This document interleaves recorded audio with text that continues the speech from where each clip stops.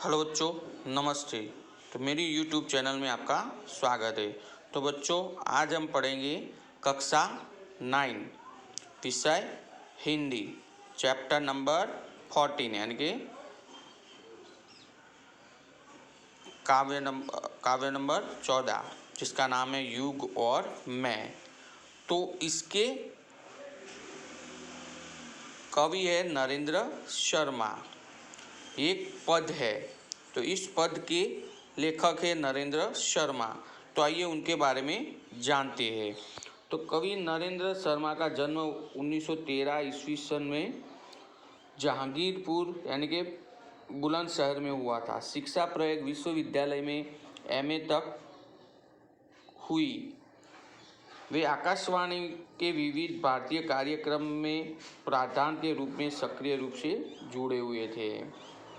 उनका नाम प्रगतिवादी कवियों में भी लिया जाता है, जो असद उचित भी है। नरेंद्र शर्मा के कवि जीवन का विकास भी सुमित्रानंदन पंत जी की तरह 3 युगों में रहा है।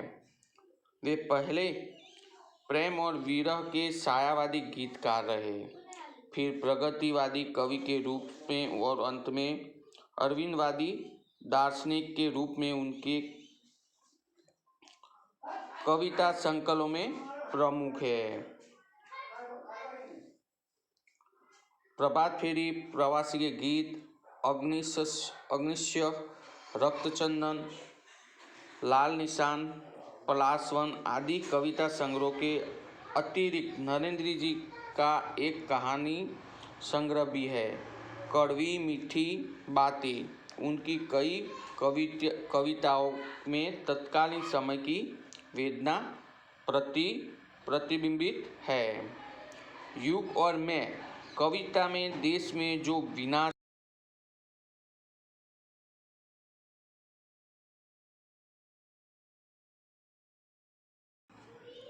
इसकी कवि को असह्य पीड़ा है। तो कवि को देश का जो विनाशक वातावरण है, जिसमें बस्तियां उजड़ने लगी है और मानवता जख्मी होने लगी है, इसका कवि को बहुत ही दुख होता है। सारी दुनिया की पीड़ा के सामने कवि को अपनी पीड़ा नगण्य लगती है।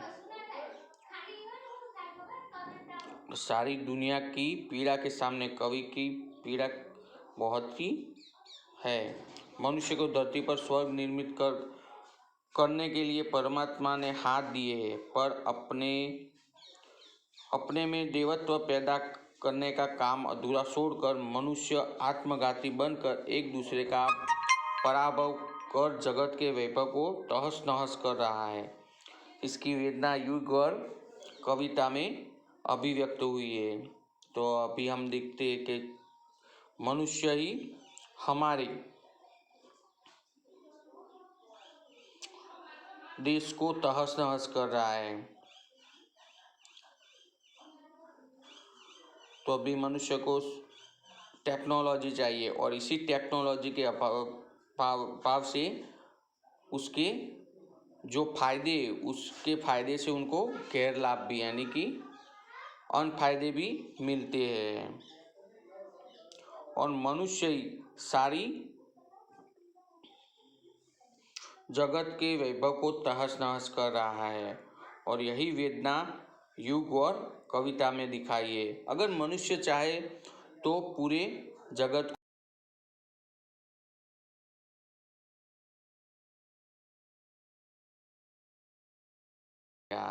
तो उसी तरह इस काव्य में समझाया हुआ है। तो हम देखते हैं पहले की पंक्तियाँ। उजड़ रही अनगिनत बस्तियाँ, मन मेरी ही बस्ती क्या, धब्बों से मिट रहे देश जब, तो मेरी ही हस्ती क्या। तो कवि कहता है कि इस संसार में चारों तरफ विनाश हो रहा है, अनगिनत बस्तियाँ उजड़ रही है। मैं अपनी बस्ती की क्या करूं। दुनिया से देश मिट रहे हैं, तो मेरी औकात ही क्या है।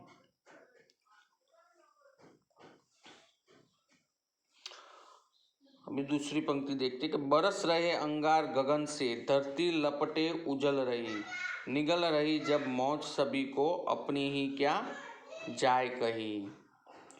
तो बरस रही यानी कि बरसना, तो आसमान से अंगारे बरस रहे हैं और धरती से आग की लपटें उठ रही है। इस तरफ मौत की साई हुई है, इसी हर तरफ मौत ही साई हुई है। तो ऊपर आसमान से अंगारे बरस रहे और धरती पर आग फैल रही है, तो हर तरफ मौत ही दिखाई देती है। तो मैं अपनी जान की परवाह कैसे करूं।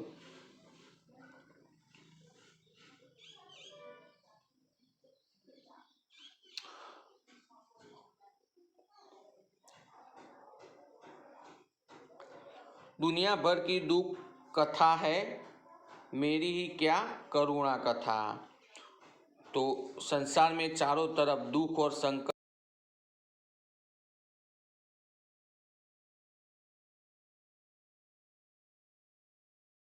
तो कवि कहना चाहता है कि ये सारे संसार में विनाश की ओर जा रहा है, तब मैं अपने आप को कैसे बचा सकूंगा।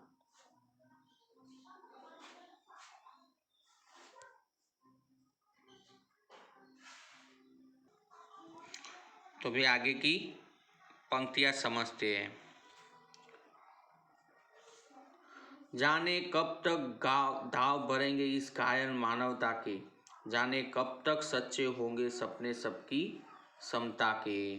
सब दुनिया पर व्यथा पड़ी है, मेरी ही क्या बड़ी व्यथा। तो जाने, तो कवि कहते हैं कि चारों तरफ विनाश हो रहा है, तो मानवता घायल हो चुकी है। न जाने कब इस विश्व में शांति छाएगी और न जाने कब लोगों में भाईचारा की भावना जागेगी, कब इस संसार में समानता के भाव जागेंगे। कवि कहता है कि जब सारी दुनिया संकट में है, तो मैं अपनी परेशानी की क्या बात करूं। व्यथा यानी कि बात करना।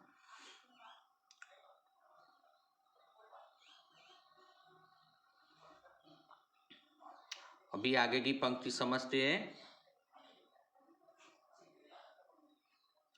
खोल रहे हैं सात समुंदर, डूबी जाती है दुनिया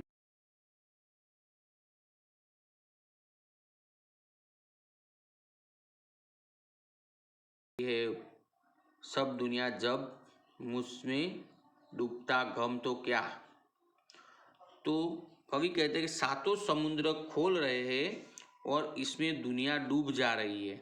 अर्थात आज मनुष्य विज्ञान का इस प्रकार दुरुपयोग कर रहा है जिससे धरती के साथ साथ समुद्र भी प्रभावित हो रहे हैं। तो अभी सारे विज्ञान का प्रयोग होते हैं, जो अलग अलग प्रयोग किए जाते हैं, नई नई टेक्नोलॉजी निकाली जा सकती है, उससे दुनिया क्या हो रही है,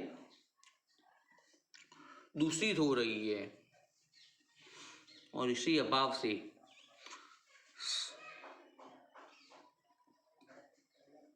धरती के साथ साथ समुद्र भी प्रभावित हो रहा है। ज्ञान का सागर, ये दुनिया धीरे धीरे विनाश की ओर बढ़ रही है। कवि कहता है जब ये दुनिया ही समाप्त हो रही है तो मैं अपनी चिंता क्यों करूं।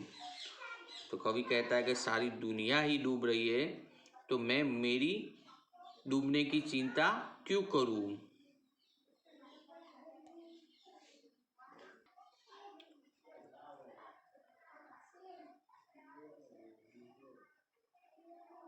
हाथ बने किस लिए करेंगे भू पर मनुष्य स्वर्ग निर्माण, बुद्धि हुई किस लिए कि डाले मानव जग जड़ता में प्राण। आज हुआ सबका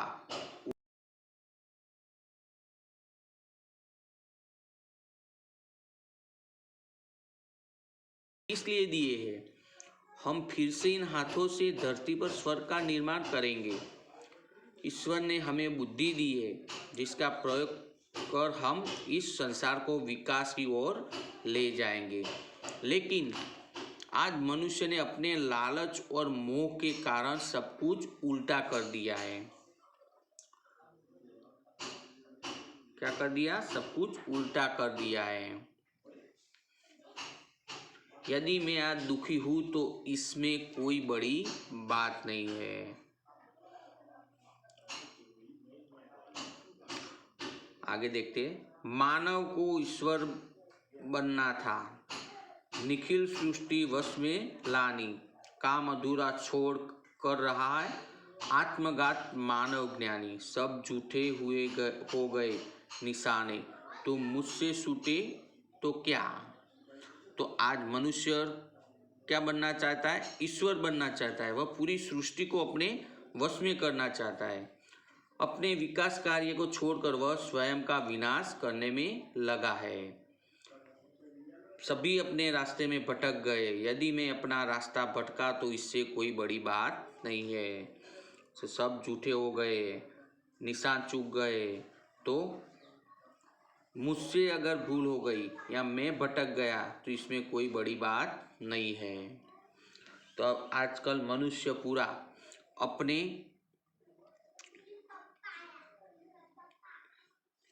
अपने स्वार्थ के लिए वह कुछ भी करने के लिए तैयार है। उससे वो नहीं देखता कि दूसरे पर क्या असर होगी, कि क्या नुकसान होगा, वो सब देखता नहीं। वो तो बस खुद को एक भगवान बनाना चाहता है, यानी कि एक लालच।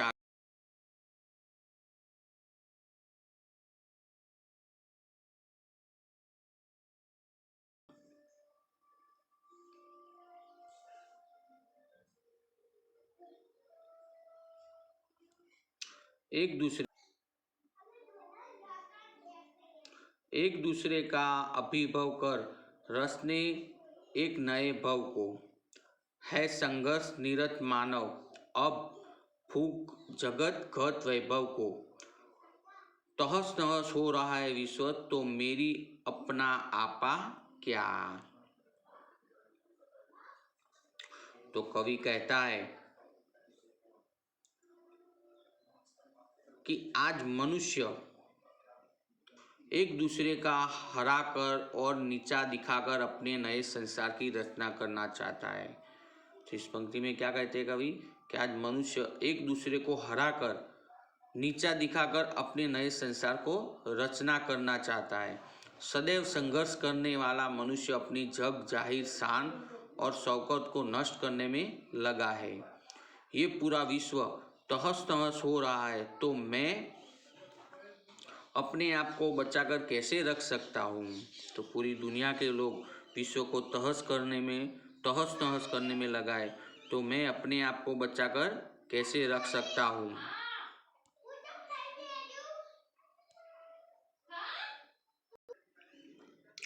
तो बच्चों, इस काव्य से कवि ने कहा है कि आज मानव अपने आप को ऊंचा दिखाने के लिए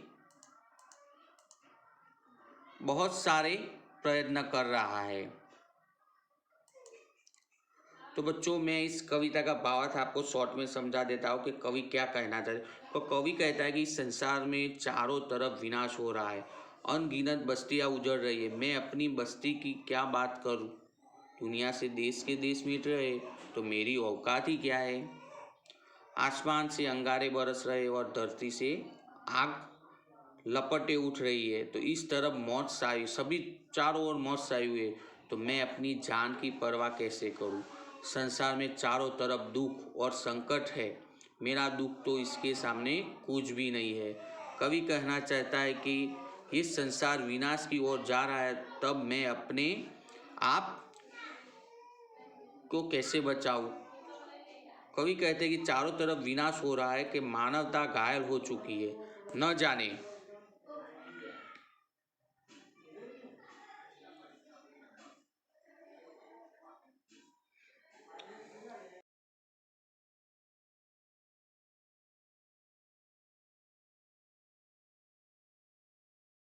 कवि कहते हैं कि चारों तरफ विनाश हो रहा है तो मानव घायल हो चुकी है, न जाने कब इस विश्व में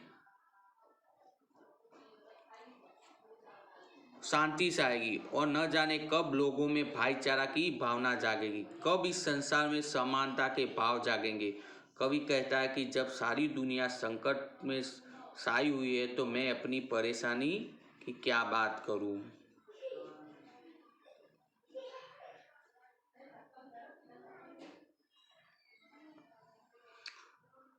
सातों समुद्र खोल रहे और इसमें दुनिया डूबी जा रही है। तो सातों समुद्र खुल रहा है और इस समुद्र में सारी दुनिया डूब रही है। अर्थात कि आज मनुष्य विज्ञान का इस प्रकार दुरुपयोग कर रहा है जिससे धरती के साथ साथ समुद्र भी प्रभावित हो रहा है। ज्ञान का सागर ये दुनिया धीरे धीरे विनाश की ओर बढ़ रही है। कवि कहता है जब ये दुनिया ही समाप्त हो रही है तो मैं अपनी चिंता क्यों करूं।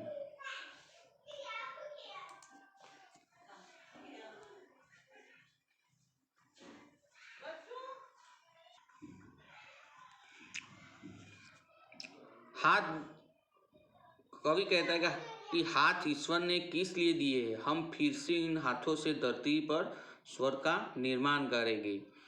और ईश्वर ने हमें बुद्धि दी है तो जिसका उपयोग करके हम इस संसार को विकास की ओर ले जाएंगे। लेकिन आज का मनुष्य ने अपने लालच और मोह के कारण सब कुछ उल्टा कर दिया।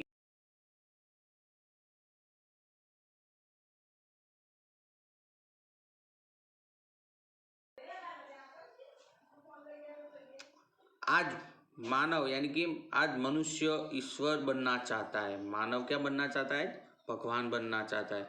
वह पूरी सृष्टि को अपने वश में करना चाहता है और अपने विकास कार्य को छोड़कर वह क्या करता है, स्वयं को विनाश की ओर ले जाता है। सभी अपने रास्ते से भटक गए हैं।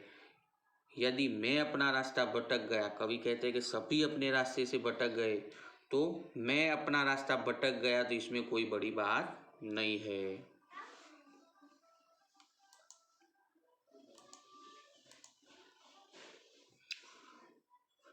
एक दूसरे की, कवि कहता है कि आज मनुष्य एक दूसरे का हरा कर और नीचा दिखाकर अपने नए संसार की रचना करना चाहता है। तो आज के लोग कैसे मनुष्य, आज के लोग कि एक दूसरे को नीचा दिखाकर अपने को ऊंचा रखना चाहता है, यानी कि अपने संसार की रचना करना चाहता है। वो सदैव संघर्ष करने वाला मनुष्य अपनी जग जाहिर शान और शौकत को नष्ट करने में लगा हुआ है। ये पूरा विश्व तहस नहस हो रहा है, तो मैं अपने आप को बचाकर कैसे रख सकता हूँ। तो कवि कहते हैं कि सारी दुनिया के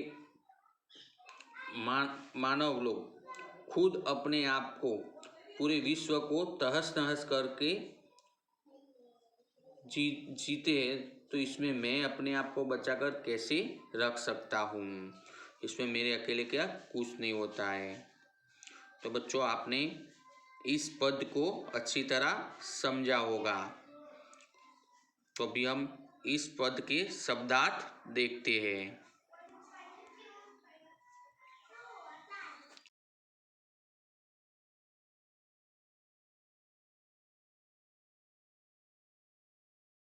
इसको ज्वालाएं कहा है।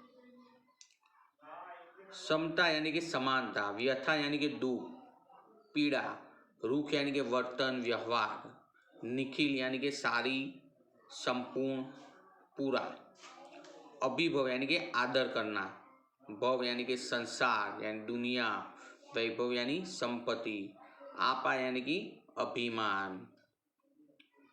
तो इसके थोड़े बहुत मुहावरे दिए हुए काव्य के आधार पर। घर खोना यानी कि डूब जाना, तहस नहस होना यानी कि नष्ट होना, पासा उल्टा पड़ना यानी कि परिस्थितियां विपरीत होना। तो बच्चों, इसकी पद के थोड़े बहुत यानी कि स्वाध्याय के प्रश्न जो उसका आपको अच्छी तरह से जवाब लिखना है। तो बच्चों, अभी आगे के वीडियो में हम स्वाध्याय को देखेंगे। तो इस पद ये पद्य यहाँ खत्म होता है। नमस्ते।